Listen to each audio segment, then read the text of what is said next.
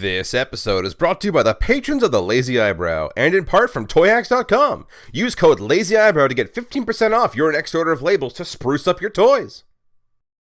Why, hello YouTube! Greetings from the Lazy Eyebrow to the 14th in a series I'm planning on making every now and again to cover figures that would otherwise drain the life out of me making a full video on. This is the Diet review for Kingdom Mirage. Kingdom Mirage is a figure, as the name would imply, that came out during the Third phase of the War for Cybertron trilogy. Kingdom. As such, it gets to have the liberty of Looking a lot like an F1 car, but close enough that anything it doesn't can be dismissed as... It's a retooled Siege figure, get over it. I mean, all things considered, it's not the worst thing I've ever seen for vehicle mode. Like, for an Earth. take on the F1 physique, it looks passable. It's low to the ground, it has a mostly aerodynamic shape, it does indeed have a front wing, a long slender nose, a wide body with big huge alien-looking tires. Like, from the front, it looks not too bad. The middle's alright, and this section I've sort of gotten used to. Because the new tooling makes it look a lot better. And especially when it was first revealed, I'm sure all of us simultaneously said, Kingdom. What? A moderate improvement. but all of that Matches the new. back end. From the side, it's like, it's just the back of the vehicle. And from the back, it's still the back of the vehicle. Yeah. Kingdom. Mirage is using a faux part for the chest and has done A lot of new tooling. to try and conceal that. This is very much looking like the Back. of the car just hanging out at the back. Hoorah! I'll get into this way more later, but for now it does look Fine. that first off, Mirage gets a Rear end. and second, that it's like almost a vehicular Vehicle. save for the... In fact, he's an F1 car. From what I can tell, the Kingdom releases Does. to have this chest piece on the bottom of the car and not have it flip around, so I mean, I guess there's that bit of an upgrade in the works, but Feel free to. quote me on that one yet. Anyway, that aside, so long as you're looking from the front of the vehicle, it's not the worst vehicle in the world, especially when, again, you take into account this is... A Siege retool. and it could have looked like anything and simultaneously... Anything. But instead we got a vehicle that vaguely resembled an F1 car, or F2, or 3, or 4, or Indy, or whatever you feel like this closely resembles. I don't claim to be all that well versed in the classifications of FIA racing. That being said, the whole... Modern Earth race car. they could have gone for an F-Zero aesthetic. And that would have been confusing. For size comparison, you have 35th Anniversary Blue Streak, Siege Sideswipe, Siege Ironhide, Siege Hound, and Siege Blue Streak.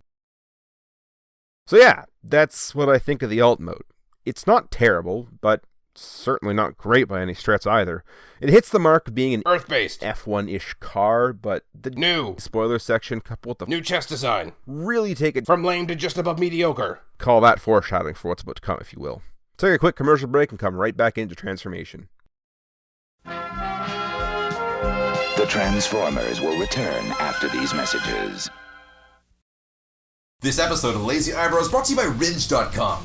Ridge.com is the place to go if you're on the market for a wallet with a focus on compact form factor and excellent function. And they come in a variety of different colors too, like this carbon fiber wallet, or this aluminum steel navy blue case. And hey, that's not the only thing they offer these colors in. Check out this key case that also comes in aluminum navy blue. If you're like me at all, and the sound of your keys jingling in your pocket as you walk down the street irritates you with every new step, a new nightmare, as that incessant jingling noise just triggers your sensory processing issues with every single step you take, then this is a great product for you, as not only does it do that, but it also keeps your wallet and your keys together as a very compact thing right in your wallet for as much space as you can handle.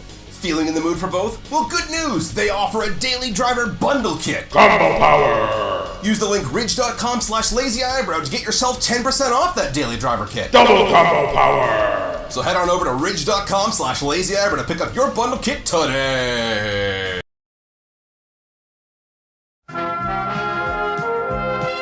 We now return to the Transformers. Transformation. To start, Separate. the arms, move them up. Up on their new hinge. May as well pull the hands out while we're at it. Then Open the flap that hides the head, rotate his head around, and close the flap back up. fold in the wheels and move the arms onto the sides of the chest. And tab the shoulders in. Now for the legs. Split the majority of the car clean in half. Fold in the wheels, take the sides of the car and swing them out on a double hinge, fold up the feet, and then finish collapsing the shins over the legs. Rotate them forward, then collapse the Hinge. to form a spine, and you're done. Not gonna lie, I am not a fan of that transformation. Not one bit. I'm not sure if I've said this before, but I really don't like transformations that resort to long armatures to keep everything connected. This doesn't do that, and that already makes it better than Siege. Like, look at this. This is a small piece of plastic that isn't an armature anymore. There was a lot of ranting about tree transformations, and I don't know what else to say here. Here's an out-of-context scene from Hot Shots Part 2 for your trouble.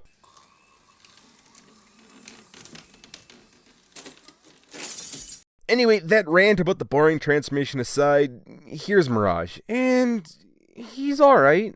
Like, he's not all bad. Not by a long shot. He definitely has some good qualities, so let's look at those first then.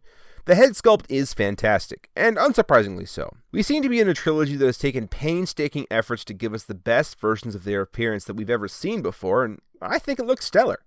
Second, the accessories. Mirage comes with not only a fairly close-looking shoulder cannon, but also his rifle as well, which might I add also looks fantastic. Like, it's got the wing details, the extra magazine clip, and as far as the rifle goes, it looks great. It looks G1 accurate while also being stylized, and I couldn't fault this thing even if I tried. Same goes for the shoulder cannon. It comes in 2 parts, meaning Mirage technically comes with 3 accessories: the rifle, the launcher itself, and the rocket insert. The fact he comes with this at all is astounding. Like, you can compare it to Siege Sideswipe, which had come out a few years prior, and it came with this weird black and red 2-piece rifle that also doubles as a shoulder cannon, neither of which look good, and I ended up having to resort to 3D printing to get either accessory proper, in which I gave the original accessory to Red Alert, who came with the proper rifle, but stylized, but no shoulder cannon. But even then, none of it actually ended up being the right color. So to see Mirage with the right accessories, and them looking fantastic, that's awesome. The rocket, of course, can be rotated to conceal its handle. Not that it matters, because Mirage can't shoulder mount it. All of it is compatible with blast effects for some dynamic rocket action, but that's my point. The accessories used to be best part of it all. Like, you can even take the rocket and use it as some sort of babby pistol, or give it to Bumblebee, seeing as how he loves the babby toys. Finally, the last good thing about the figure. He looks like Mirage. Like, at first glance, you can look at this figure and see, oh yeah, that looks like G1 Mirage. Emphasis on the looks like, though, because, oh man, here's my biggest gripe with the figure, right here. Take it away, Senator Vreenak. It's a fake. I've had endless debates about what is and what isn't technically a faux part, but in my opinion, everything about this figure is a forgery of what should be a take on a G1 Mirage. And I want to put this out there first. This is not to say that Mirage must always be a carbon copy of his G1 form. Like, this isn't a G1 rant here. I actually don't mind other takes on figures. If this was an original character with this transformation, this would be amazing, and this would be a fantastic take on it. But, like, the War for Cybertron trilogy set for themselves a precedent with earlier figures and what they were trying to accomplish. They were very much aiming for an Earth G1 aesthetic, and Mirage is no exception. Like, you look at this side-by-side of this G1 character art, and there is absolutely no mistaking what they were aiming for aesthetically.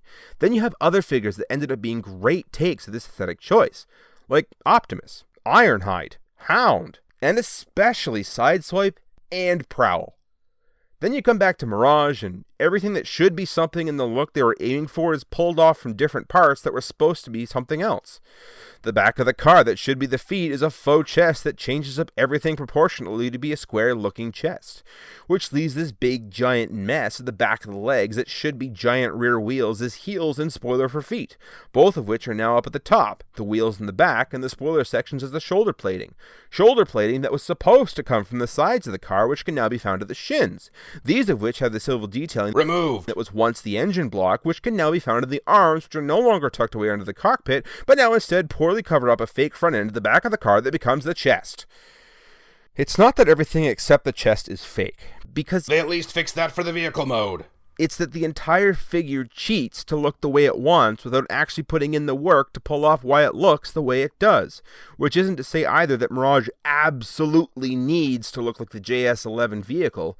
The Classics take, a decade-old series known for taking wild liberties on their takes of figures, still felt way more like Mirage than this does, even with the parts-formed weapon and the really narrow chest, and yet, here's this figure, with a very similar vehicle going about it completely backwards, and heck, even articulation gets to suffer because of that design choice.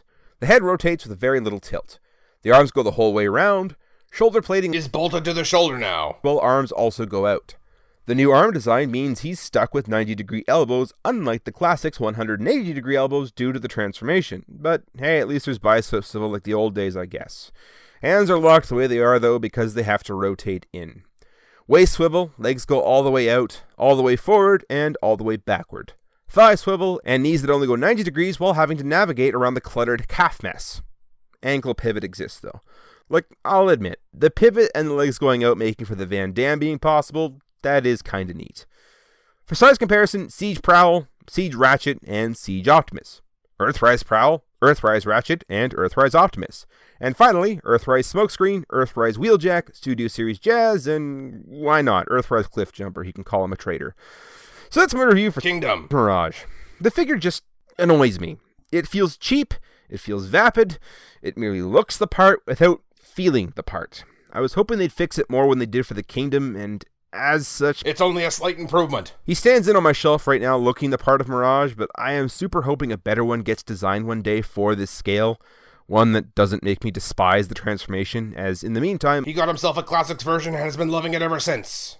this has been the Lazy Eyebrow.